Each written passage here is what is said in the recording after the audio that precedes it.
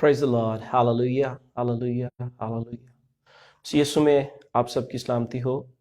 میں خدا کا خادم ریورنڈ طاہر رفیق آج کے اکوپ فار وکٹری کے ویکلی ایپیسوڈ میں آپ سب کو خوش آمدید کہتا ہوں، اور میں اس بات پہ ایمان رکھتا ہوں کہ آپ میں سے جتنے لوگ آج ہمیں جوائن کرنے کو ہیں اور جو بعد میں بھی آج کے اس پیغام کو سنتے ہیں، آج کا یہ پیغام آپ کے لیے یقیناً برکت اور ترقی کا سبب بنے گا۔ آمین۔ اس سے پہلے کہ ہم لوگ جو ہے وہ خدا کے کلام کی طرف بڑھیں، اس پیغام کی طرف جو آج خدا چاہتا ہے کہ ہم جس پہ کچھ دیر وقت گزاریں، میں چاہوں گا کہ ہم اپنی آنکھیں بند کریں اور ہم اپنے آپ کو پریپیئر کریں، خدا کے پاک روح کو اجازت دیں کہ خدا کا پاک روح ہمیں منسٹر کرے اور آج کے کلام کی بدولت ہماری ضرورت پوری ہو۔ ہم سب اپنی آنکھوں کو بند کریں۔ بزرگ آسمانی باپ، یسوع مسیح کے نام سے میں آج کے اس پروگرام میں خوش آمدید کہتا ہوں۔ میں سارا چارج اے باپ تیرے ہاتھ میں دیتا ہوں، اور میں یہ دعا کرتا ہوں تو اپنی قدرت کو ظاہر کر۔ پاک روح تو اپنے کلام سے ہمیں منسٹر کر۔ میں یہ دعا کرتا ہوں جتنے لوگ ہمیں لائیو جوائن کرتے ہیں اور جو بعد میں بھی اس پیغام کو سنتے ہیں، تو اپنے کلام کو حلیمی کے ساتھ قبول کرنے کا فضل دے، اور اس بات کا بھی فضل دے کہ وہ تیرے اس کلام پہ غور کریں، تاکہ خدا باپ تیرے کلام کی بدولت ان کی زندگیاں پہلے جیسی نہ رہیں۔ میں تیری حضوری میں آتا ہوں، اور میں تیری حضوری میں اپنے آپ کو بھی پیش کرتا ہوں۔ میں اقرار کرتا ہوں کہ میں بھیجا گیا ہوں اور مجھے قوت ہے۔ میں اس بات کے لیے دعا کرتا ہوں کہ کوئی بھی چیز تیرے اس پیغام کو، تیرے اس کلام کی سچائی کو آگے بڑھنے سے روکنے نہ پائے، بلکہ تیرا کلام جو کبھی بے انجام نہیں لوٹا، یسوع مسیح کے نام سے نہ صرف خدا جو لوگ ہمیں لائیو جوائن کرتے ہیں، بعد میں سنتے ہیں، ان زندگیوں پر اثر انداز ہو، بلکہ خدا ان کے وسیلہ سے یہ کلام جب آگے دوسروں تک پہنچتا ہے تو ان کی زندگیوں پر بھی اثر انداز ہو، اور اس سے یسوع مسیح کے نام کو عزت اور جلال ملے۔ میں تیری شکر گزاری کرتا ہوں اور تجھے مبارک کہتا ہوں۔